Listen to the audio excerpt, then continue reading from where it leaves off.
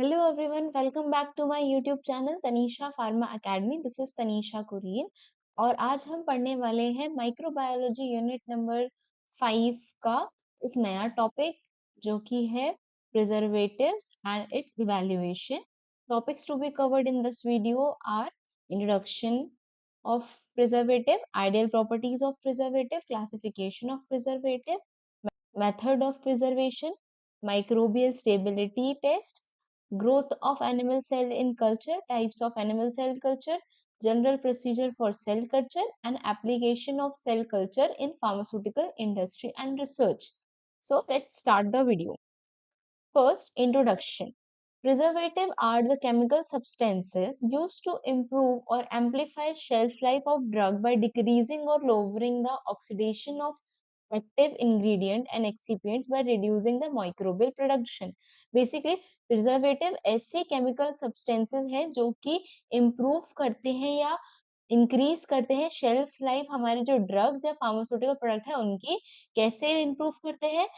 Bye lowering और decreasing the oxidation. जो oxidation है उसको डिक्रीज करके या फिर एक्टिव इंग्रेडिएंट जो है या एक्सिपिएंट जो है उसमें माइक्रोबियल कंटामिनेशन ना हो या माइक्रोबियल प्रोडक्शन ना हो. इसको ध्यान में रखकर क्या करते हैं, हमारे जो प्रिजर्वेटिव है वो हमारी जो ड्रग है या प्रोडक्ट है उसकी शेल्फ लाइफ को इंक्रीज करता है. Preservative are substances added to various pharmaceutical dosage form and cosmetic preparation to prevent or inhibit microbial growth.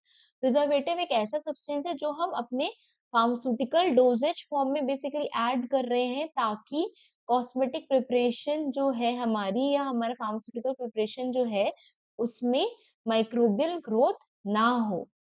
An ideal preservative would be effective at low concentration against all possible microorganisms.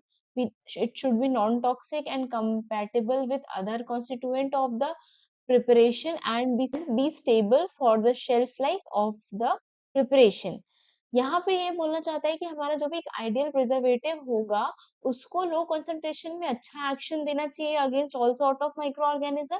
At the very same time वो non toxic होना चाहिए, compatible होना चाहिए हमारे जो other chemical constituent present है उसके साथ, और फिर उसके साथ साथ हमारी जो प्रिपरेशन है उसको स्टेबल भी बनाए और उसकी शेल्फ लाइफ भी इंक्रीज करे. अब यहाँ पे एक देखो विजुअल रिप्रेजेंटेशन दिया हुआ है. द एक्शन क्या है, वो क्या कर रहा है ड्रग फॉर्मुलेशन के साथ और किस तरह की चीजें हो रही हैं. Next, ideal properties of preservative. अब हम पढ़ने वाले हैं आइडियल प्रॉपर्टीज क्या होती है प्रिजर्वेटिव की, या फिर एक प्रिजर्वेटिव में क्या क्या आइडियल प्रॉपर्टीज होनी चाहिए. Should be not irritant, it should be non toxic. अब हमारा जो प्रिजर्वेटिव है वो नॉन टॉक्सिक होना चाहिए. जाहिर सी बात है अगर प्रिजर्वेटिव टॉक्सिक होगा तो हमारा जो भी फार्मास्यूटिकल प्रोडक्ट होगा वो भी टॉक्सिक हो जाएगा क्योंकि हमने उसमें प्रिजर्वेटिव ऐड किया जो कि एक टॉक्सिक नेचर का है.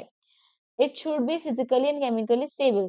Preservative physically and chemically stable होगा तभी वो अपना एक्शन शो कर पाएगा. अगर वो फिजिकली और केमिकली अनस्टेबल होगा तो वो खुद ही अनस्टेबल हो जाएगा तो अपना एक्शन शो ही नहीं कर पाएगा. It should be compatible with other ingredient used in the formulation. जो भी अदर इंग्रेडिएंट हम यूज कर रहे हैं एक फॉर्मुलेशन में उसके साथ कंपैटिबल होना चाहिए, रिएक्ट नहीं करना चाहिए ताकि कोई प्रॉब्लम ना क्रिएट हो. It should act as good anti microbial agent and should exert wide spectrum of activity.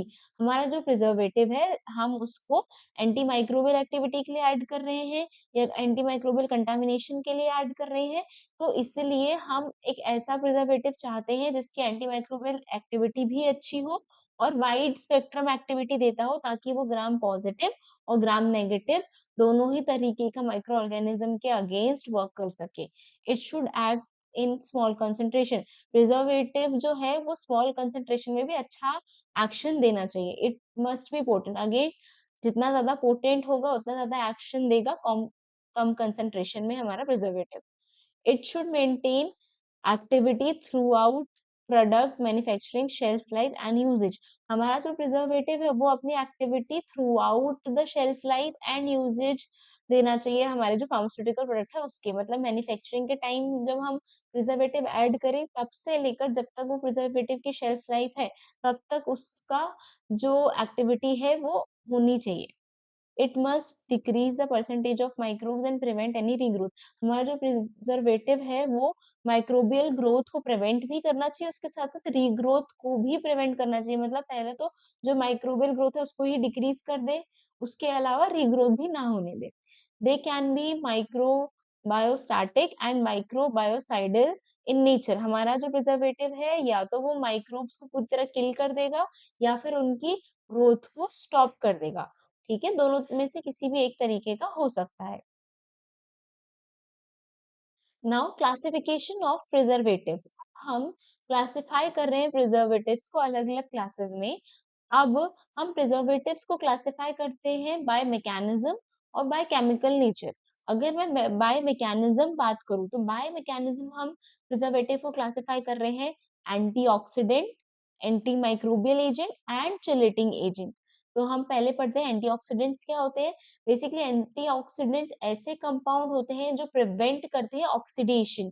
जो हमारे हम अगर एंटीऑक्सीडेंट ऐड करते हैं हमारे फार्मास्यूटिकल इंग्रेडिएंट में या हमारे फार्मास्यूटिकल प्रिपरेशन में, तो वो क्या करेगा, वो ऑक्सीडेशन को प्रिवेंट करेगा, अल्टीमेटली ऑक्सीडेशन नहीं होने देगा, जिसकी वजह से जो ऑक्सीडेटिव स्पॉइलेज हो रहा था या जो भी प्रॉब्लम आ रही थी उसको प्रिवेंट करेगा, है ना।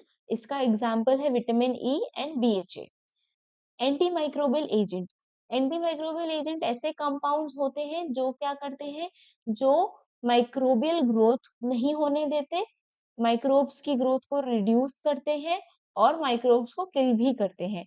तो ये एक्टिव होते हैं अगेंस्ट बोथ ग्राम पॉजिटिव और ग्राम नेगेटिव बैक्टीरिया के अगेंस्ट। एग्जाम्पल बेंजोइड, जितने भी हमारे जैसे sodium benzoate, potassium benzoate, phenyl benzoate, इस तरीके के जो भी केमिकल्स हैं जो हम यूज करते हैं वो आते हैं as an anti microbial agents के एग्जाम्पल में।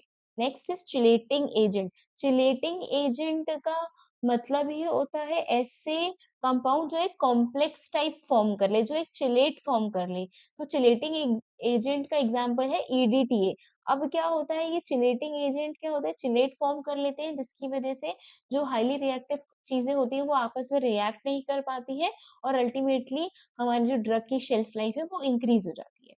नेक्स्ट अगर हम बात करें बाय केमिकल नेचर, तो बाय केमिकल नेचर हम प्रिजर्वेटिव को क्लासिफाई कर रहे हैं चार क्लासेस में।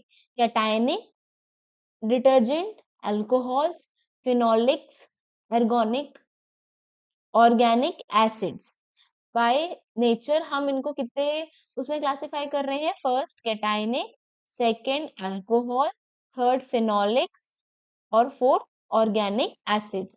कैटायनिक डिटर्जेंट्स क्या होते हैं, कैटायनिक डिटर्जेंट्स ऐसे डिटर्जेंट्स होते हैं या सल्फिक एक्टिव एजेंट होते हैं जो कि सरफेस टेंशन को रिड्यूस करते हैं, सरफेस टेंशन को रिड्यूस करते हैं और अल्टीमेटली हमारा जो ड्रग की शेल्फ लाइफ है उसको इंक्रीज करते हैं।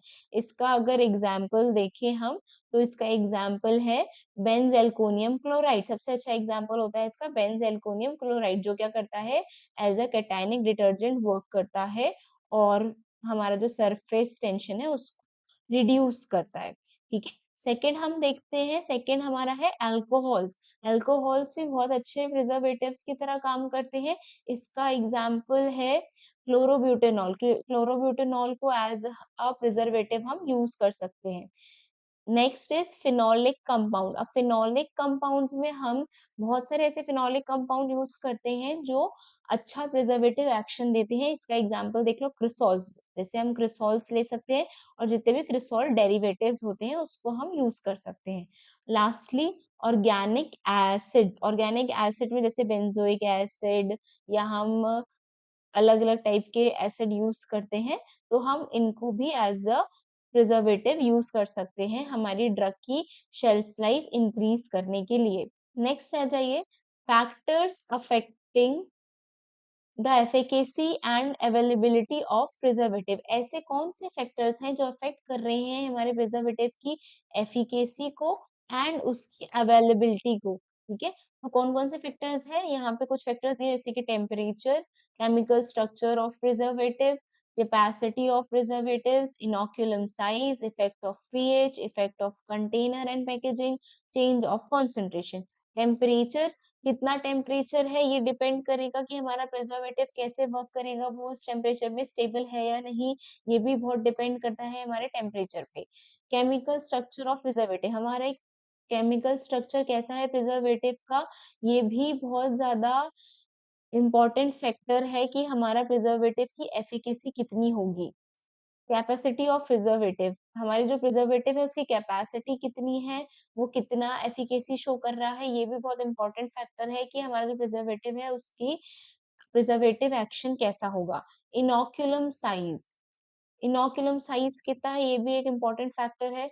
इफेक्ट ऑफ पीएच, पीएच कितना है हमारा फार्मास्यूटिकल प्रिपरेशन का, ये शो करता है कि हमारा जो भी प्रिजर्वेटिव है वो कितना अच्छा एक्शन देगा। जैसे कि आपको बताया था कि एक्सट्रीम पीएच जो होते हैं, जो जैसे कि हमारा 6 to 8 जो होता है ये ऑप्टिमम पीएच होता है बैक्टीरियल या माइक्रोबियल ग्रोथ के लिए।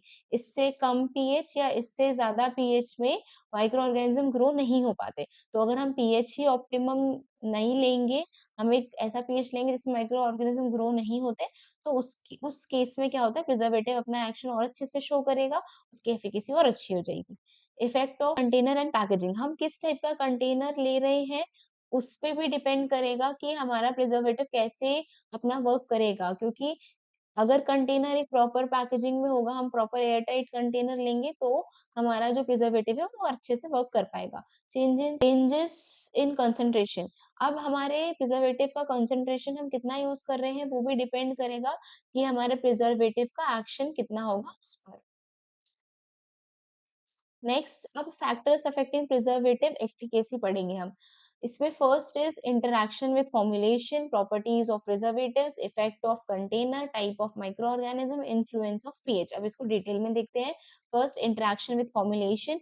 अब इंटरेक्शन विद फॉर्मुलेशन में क्या होता है, hydrocolloid such as methyl cellulose plus preservative decreases the activity. अब अगर हाइड्रोकोलॉइड्स प्रेजेंट हैं हमारे प्रिपरेशन में, जैसे कि मिथाइल सेल्यूलोज, अब मिथाइल सेल्यूलोज प्रिजर्वेटिव के साथ मिलके उसकी एक्टिविटी को डिक्रीज कर देता है।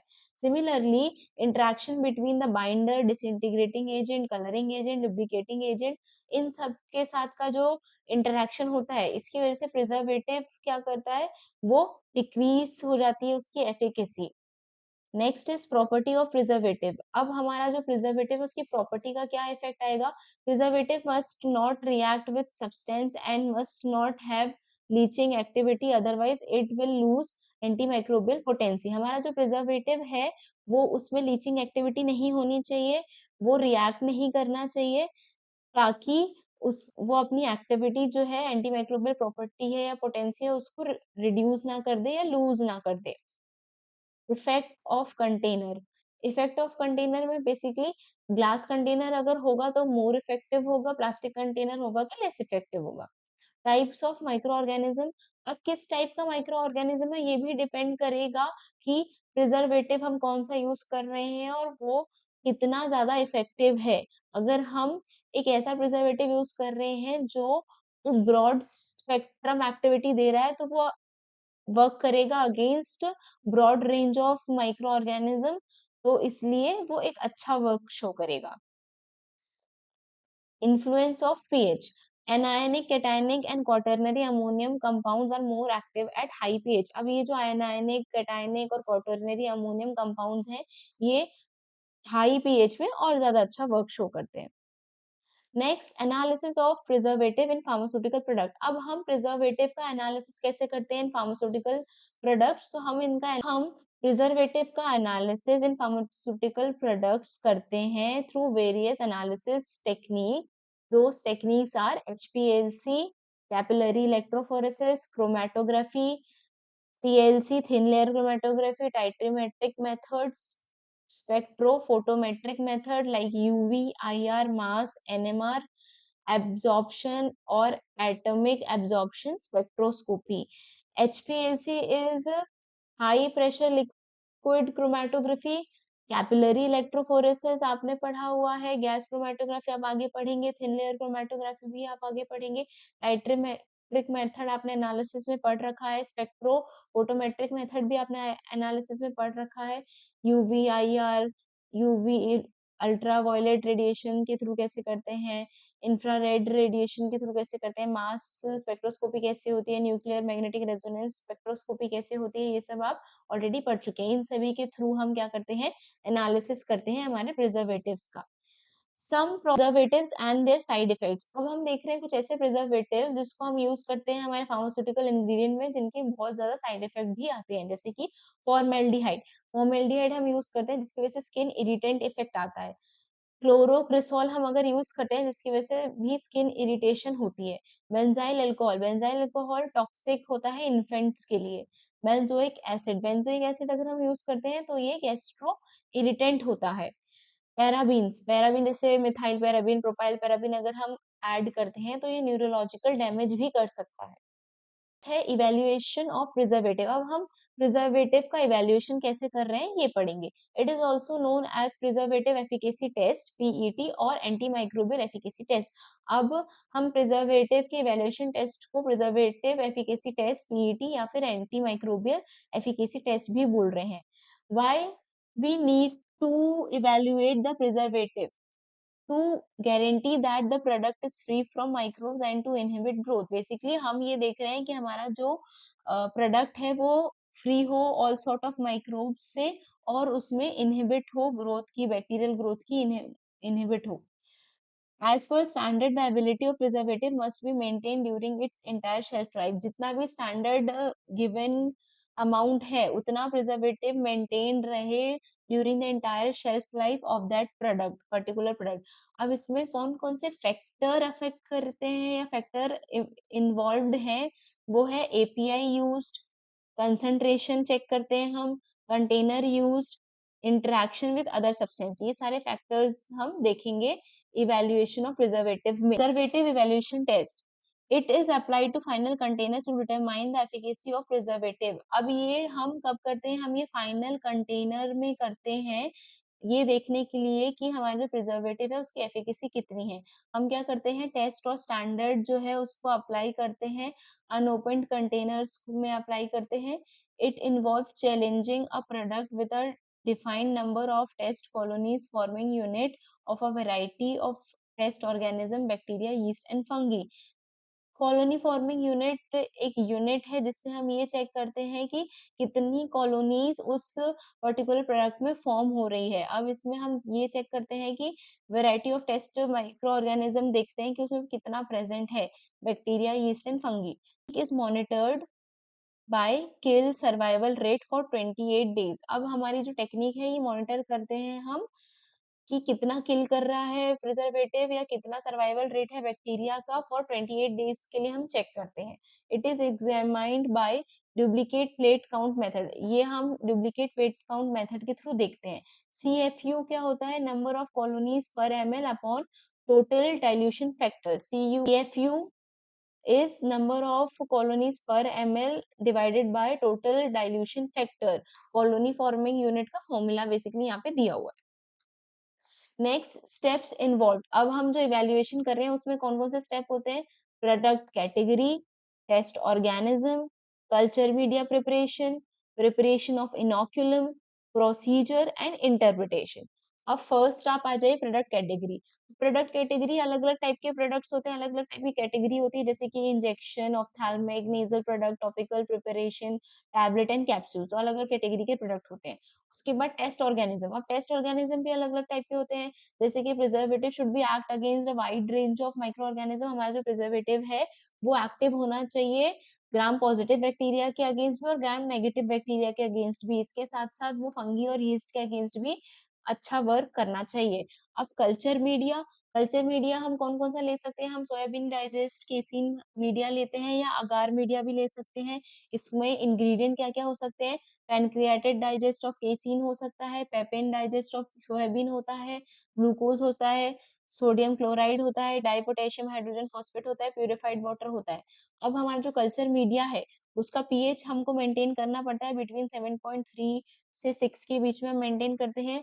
इंक्यूबेशन कंडीशन क्या होती है, बैक्टीरिया के लिए 30 टू 35 डिग्री सेल्सियस होता है और फंगी के लिए 20 टू 25 डिग्री सेल्सियस होता है। उसके बाद प्रिपरेशन ऑफ इनोकुलम। अब हम इनोकुलम को कैसे प्रिपेयर करते हैं ये देखते हैं। The specified micro organism is added to the culture media and incubated for 3 to 7 days at specified temperature. After incubation, the microbial culture is washed with sterile saline solution 0.9% weight by volume to obtain a microbial count of about 108 CFU per ml. It is collected in a sterile container. अब क्या हो रहा है, preparation of inoculum हम कैसे कर रहे हैं, जो भी स्पेसिफाइड माइक्रो ऑर्गेनिज्म है जिसको हमको कल्चर करना है, हम उसको ऐड करते हैं कल्चर मीडिया पे और उसको इंक्यूबेट करते हैं फॉर 3 to 7 डेज। और 3 to 7 डेज हम उसका स्पेसिफाइड टेम्परेचर में उसको इंक्यूबेट करते हैं। अब आफ्टर इंक्यूबेशन हम क्या करेंगे, माइक्रोबियल कल्चर जो है उसको वॉश करेंगे with sterile solution, saline solution. ठीक है, उसके बाद हम क्या करेंगे, हमारा जो माइक्रोबियल काउंट है उसको देखेंगे, हमको इतना माइक्रोबियल काउंट चाहिए और इसको हम एक स्टेराइल कंटेनर में कलेक्ट कर लेंगे। देन इसका प्रोसीजर देख लेते हैं। मेंटेन स्टेराइल कंडीशन, हम क्या करते हैं, to maintain sterile condition 70% isopropyl alcohol से डिसइंफेक्ट करते हैं सारी चीजों को। द वॉल्यूम ऑफ इनोकुलम हम जो लेते हैं वो लेते हैं 0.5 to 1%।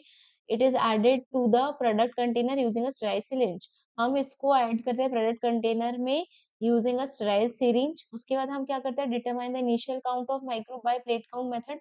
हम प्लेट काउंट मेथड से जो इनिशियल माइक्रोब का काउंट है वो मेजर कर लेते हैं, फिर इसको इंक्यूबेट करते हैं कंटेनर को फॉर 20 to 25 डिग्री सेल्सियस पे। हम 3 से 4 दिन के लिए, 7 दिन के लिए उसको इंक्यूबेट करेंगे।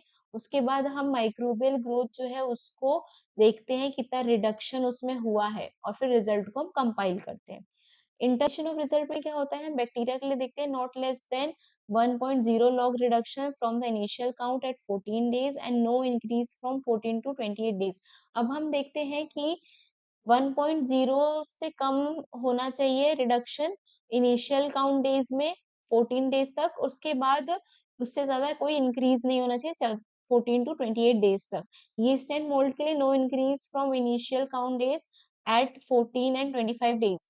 ठीक है, हम ये दोनों चीजें चेक करते हैं। उसका लॉग रिडक्शन का फॉर्मूला दिया हुआ है, log reduction is equals to log 10 A upon B, where A is equals to number of organism before treatment, B is equals to number of organism after treatment. तो of animal cell culture, अब हम क्या कर रहे हैं, हम animal cell को culture कर रहे हैं इन विट्रो। हम लैब में एनिमल सेल को कल्चर करके उसका यूज करते हैं।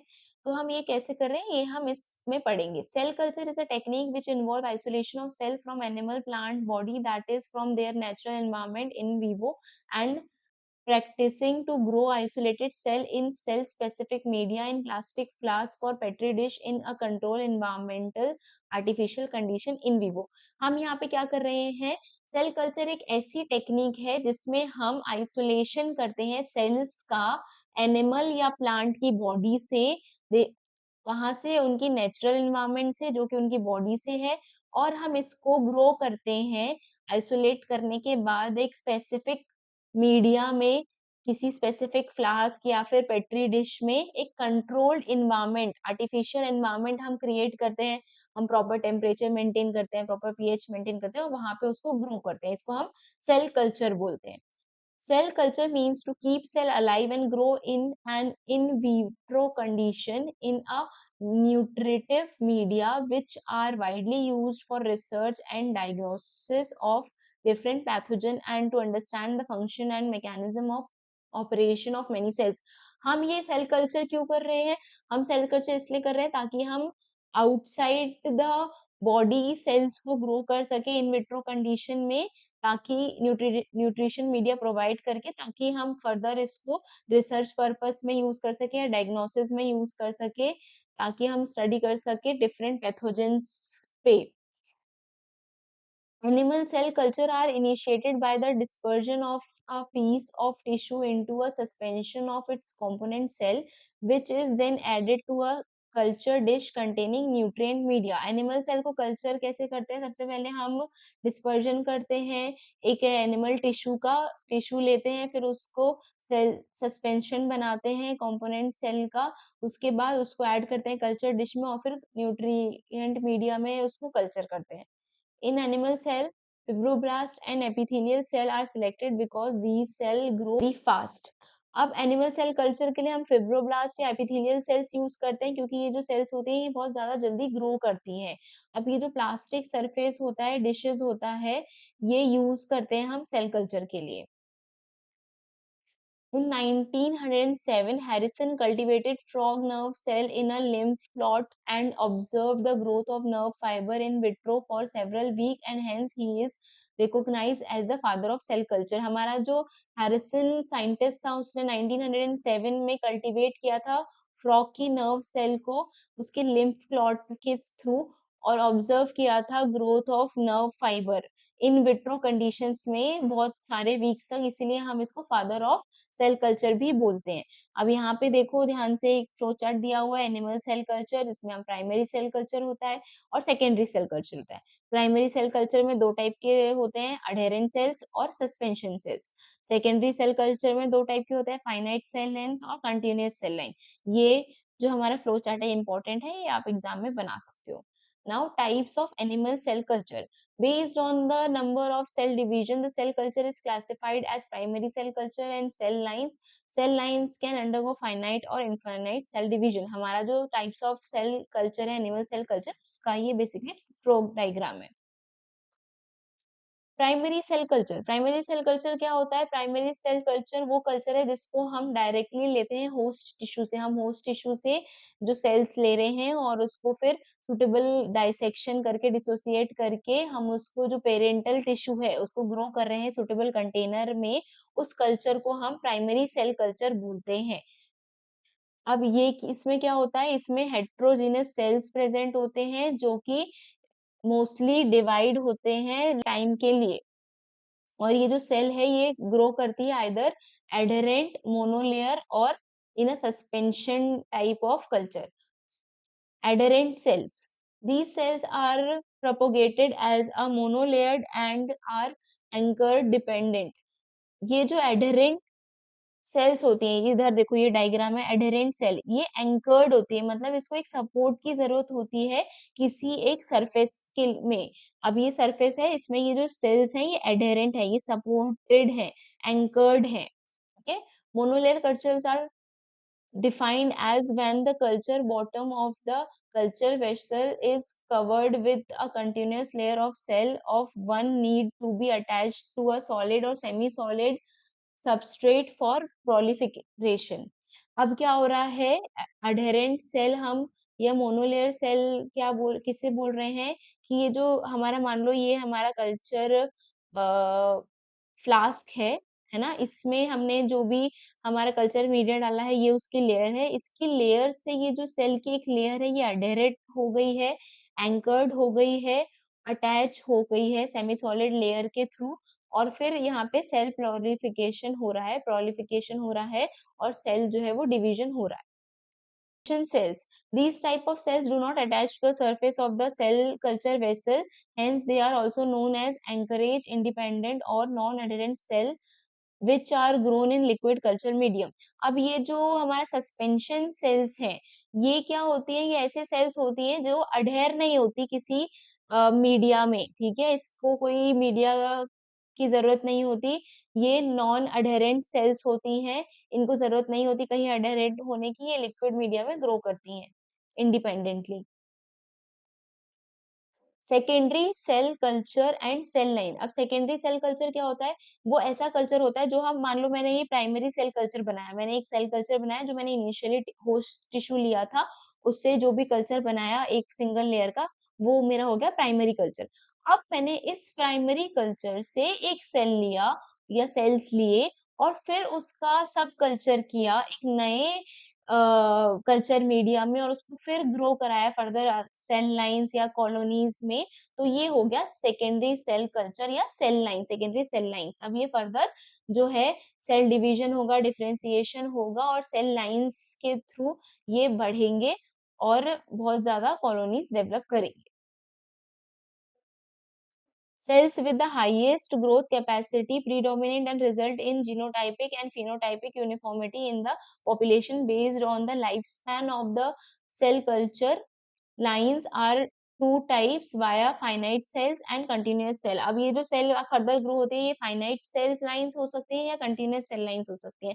फाइनाइट सेल लाइन जो बढ़ती जाती है, जो जिनमें डेथ नहीं होती, और कंटिन्यूअस सेल लाइन ऐसी सेल लाइंस होती हैं जो कंटिन्यूअस हम ग्रो कर पाते हैं। Finite cell lines. It is defined as the cell line that undergo limited number of cell division with a limited lifespan.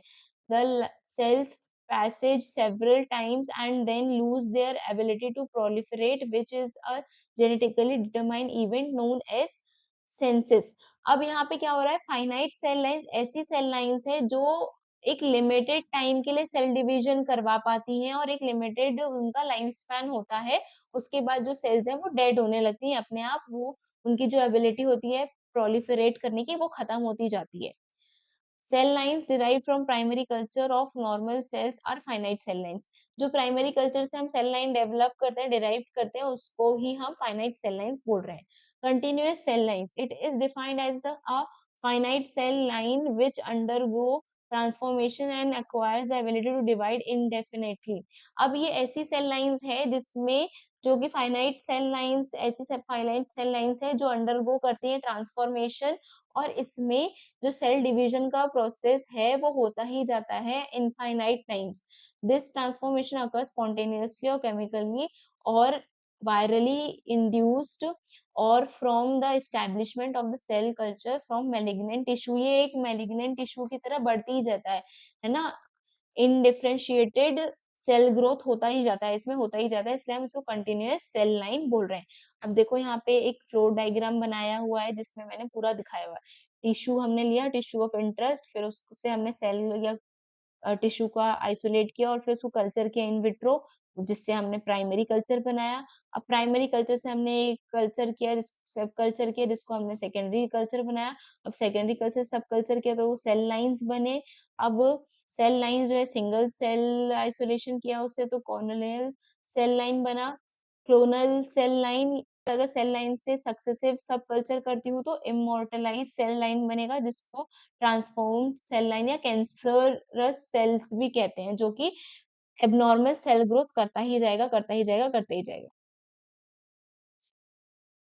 Lastly general procedure for sale culture. अब cell culture का जो general procedure होता है वो हम देखेंगे। सबसे पहले तो होता है एसेप्टिक प्रिपरेशन। हम पूरा एसेप्टिक एरिया को प्रिपेयर करते हैं, जहाँ पे भी हमको वर्क करना है उस पूरे एरिया को डिसइंफेक्ट करेंगे, ऑटोक्लेव करेंगे, सारे टूल्स स्टरलाइज करेंगे, सारी चीजें प्रिपेयर करेंगे।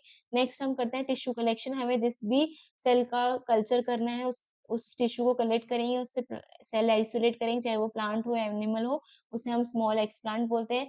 फिर हम सरफेस स्टरलाइजेशन करेंगे, हमारा पूरा प्रॉपर सारी चीजें स्टरलाइज करेंगे, उसको कटिंग करेंगे। उसके बाद हम इनोकुलेशन इनटू द मीडियम, हमारा जो भी टिश्यू हमने कट किया है, जो भी हमने सेल निकाला है, उसको हम इनोकुलेट करेंगे मीडियम में, न्यूट्रिएंट अगार मीडियम है, जो भी हम मीडियम हम ले रहे हैं उसमें सारा न्यूट्रिशन हम प्रोवाइड करके उसमें उसको कल्चर करेंगे। उसके बाद हम इसको इंक्यूबेट करते हैं, जो भी रिक्वायर्ड टेम्परेचर होगा उसमें इंक्यूबेट करते हैं for a particular period of time. उस पर्टिकुलर पीरियड ऑफ टाइम के बाद हम उसमें सेल डिवीजन या सेल ग्रोथ चेक करते हैं। उसमें कैलस फॉर्मेशन होता है। कैलस हम बोलते हैं एक एक्सप्लांट। एक्सप्लांट मतलब जो टिश्यू का एक पार्ट, प्लांट का एक पार्ट है, जो हम सेल या टिश्यू ले रहे हैं उससे एक मास डेवलप हो जाना, एक सेल का मास डेवलप होना, उसको हम कैलस बोलते हैं। Callus is group of cell या मास ऑफ सेल्स, ठीक है।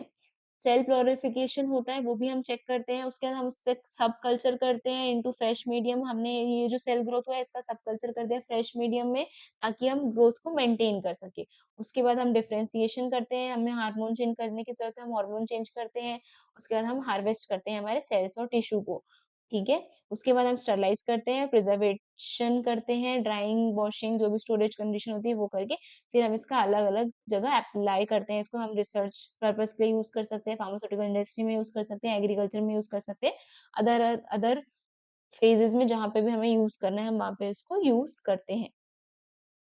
अब हम application of cell culture in pharmaceutical industry and research देखेंगे। First is model system study based cell biology and biochemistry study cell interaction with disease causing microbes. हम model system की तरह इसे use करते हैं, सेल बायोलॉजी की study के लिए, बायोकेमिस्ट्री की स्टडी के लिए यूज करते हैं, जेनेटिक काउंसलिंग के लिए यूज करते हैं, analyse foetal cell from pregnant women, detect chromosomal and genetic abnormalities, early diagnosis of foetal disorder. ऐसे डिसऑर्डर जो कि मदर से बच्चों में होते हैं, तो उसको अर्ली डिटेक्शन ही कर लिया जाता है।